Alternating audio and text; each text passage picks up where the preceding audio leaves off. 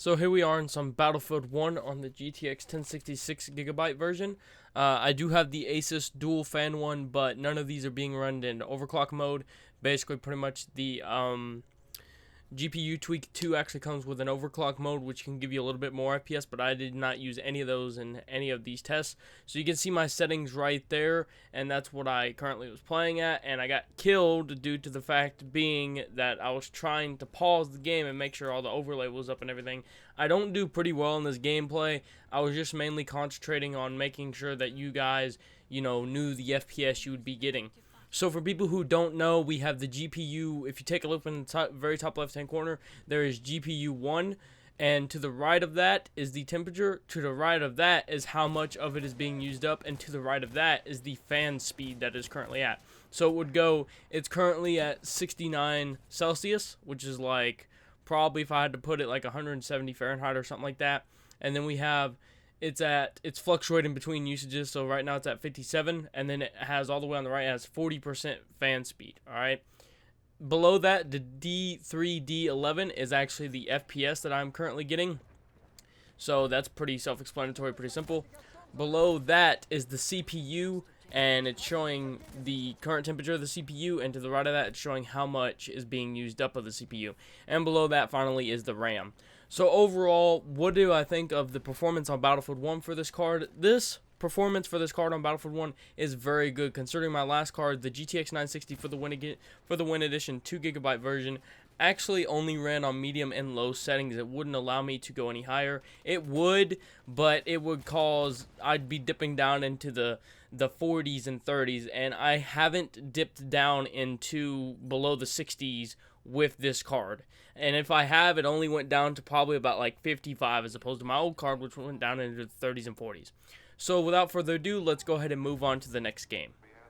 Here we are with the next game, Mirror's Edge Catalyst. This is running at the Hyper preset. I didn't know if there was any extra advanced settings because I couldn't find them to specifically adjust anti-aliasing, all that other stuff. So I'm not sure if there is a menu for that. I couldn't personally find it, so I apologize for that. But this is on Hyper preset at 1080p at 144 Hz or like 119 or something like that.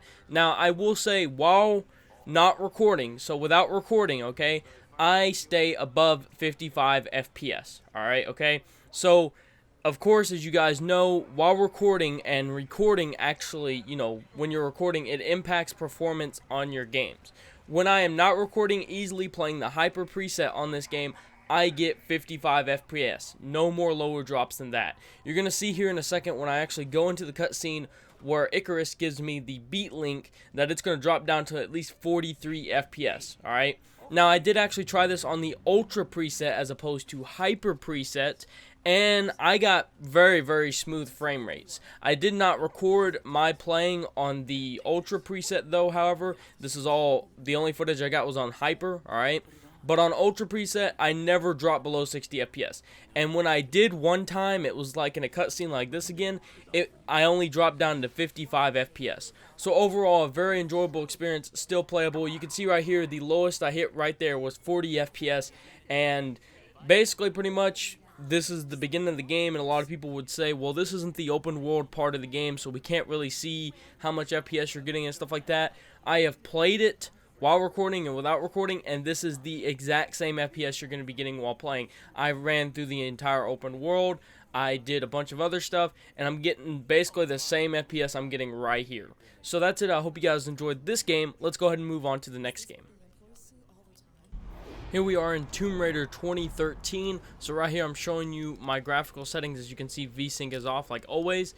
And then here we have all the settings. So anti-aliasing is off, SSAO is off, post-processing off, tessellation off, high precision is off. So if you're going to turn any of these things off, I'd recommend turning, the two things I recommend turning off is anti-aliasing and also high precision. Those two kill your frame rate absolutely. Now I could play with all of it on, but I choose not to just because, yeah, I just don't want to. Simple as that. So I decided to go ahead and use the benchmarking feature in Tomb Raider instead of actually playing the game, because if I were to actually play the game where I was in the part in the game right now, it's basically in a really enclosed little area, so it wouldn't really use all the graphical power. So instead, I decided to use the benchmarking option under the game to show you guys the minimum, average, and maximum FPS that you will be getting with your 1066 gigabyte version.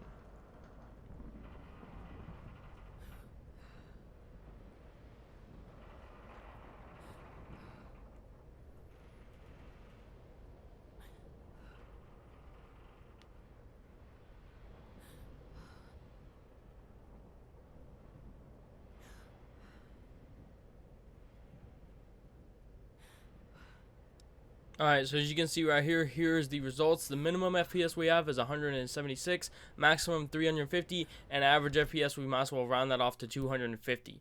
On to the next game, guys. Here we are on some Far Cry Primal. So let's jump right into it. Running at 1080p, 144 Hz, no VSync HD textures is on, and of course I have it set to custom. Everything is basically on either very high, ultra, or high, except for the fog, which is normal. Anti-aliasing is turned off, and personally, motion blur for me is turned off. You can leave it on if you want to. I turn motion blur off because it gives me a headache in this game. It doesn't give me a headache in any other game, but this game, I don't know why. Maybe it's just the colors. I'm not sure. Oh shit, I don't even remember getting bit by a snake. Holy shit. Do I hit it? No, I don't hit it. No, do I hit it? No, I don't. I think I just leave it alone. Yeah, just leave it alone. Alright, so overall, to give you guys basically a comparison, a little bit of a comparison, my GTX 960 for the Win Edition 2GB version could not hit a constant 60 FPS on this game on medium settings. Medium settings, okay? And I even had to turn it down to 1600 by 900, alright? However, this game with the GTX 1066GB easily 60 FPS, never dropped below anything below 50, or I don't even think I got into the 50s. I can't remember, but overall, very good, very enjoyable experience. This card, if you're a person who's gonna play this game, is definitely worth it. It's really good. Just copy my settings. I mean, you're gonna have very good experience. Anti-aliasing will be off. Me personally, I don't really care about anti-aliasing because it does a major performance hit, so I just turn it off anyway. But on to the next and final game. So here we are on the final game, which is Middle-earth: Shadow of Mordor. Here I am showing you guys the settings. We have 1080p, you know, there's my graphics card, no limit for FPS. VSync is off as of basically almost every test on this video aside from Mirror's Edge Catalyst. And you can see all the settings right here: high, ultra, motion blur / anti-aliasing is of course off. This is another game where it gives me a headache, and on top of that, anti-aliasing is off for all of these tests. So let's jump right into some gameplay right here. I decided to do this bow mission right here because in this mission you have to kill 30 orcs with explosive barrels. So you guys are going to see how much explosions impact the performance of the game. So we take a look right here at the FPS. I'm in 70s, and go ahead and hit this. Boom, drop down to 61 FPS.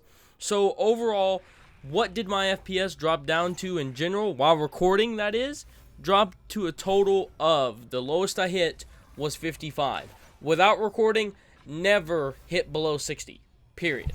All these games that you guys are watching and currently, you know, watched gameplay of in this video, none of them hit below 60 FPS without, basically, while I wasn't recording. So while recording, some of them did dip below, but without recording, every single one of them on the settings that I have showed you stayed above 60 FPS.